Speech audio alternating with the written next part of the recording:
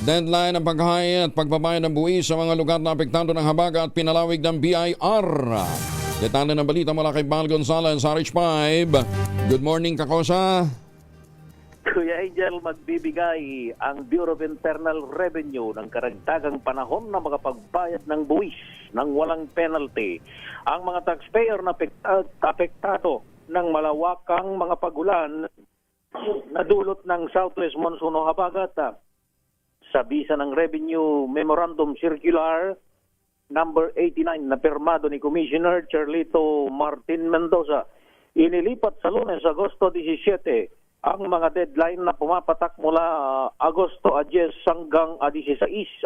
Sakop ng kautusan ng 58 mga tanggapan kabilang ang 53 regional district offices sa Metro Manila, Ilocos Sur, La Union, Pangasinan, Abra, Apayao, Benguet, Ifugao, Kalinga, Mountain Province, Bataan, Bulacan, Pampanga, Tarlac, Zambales, Cavite, Batangas, Rizal at maging ang lalawigan ng Mindoro.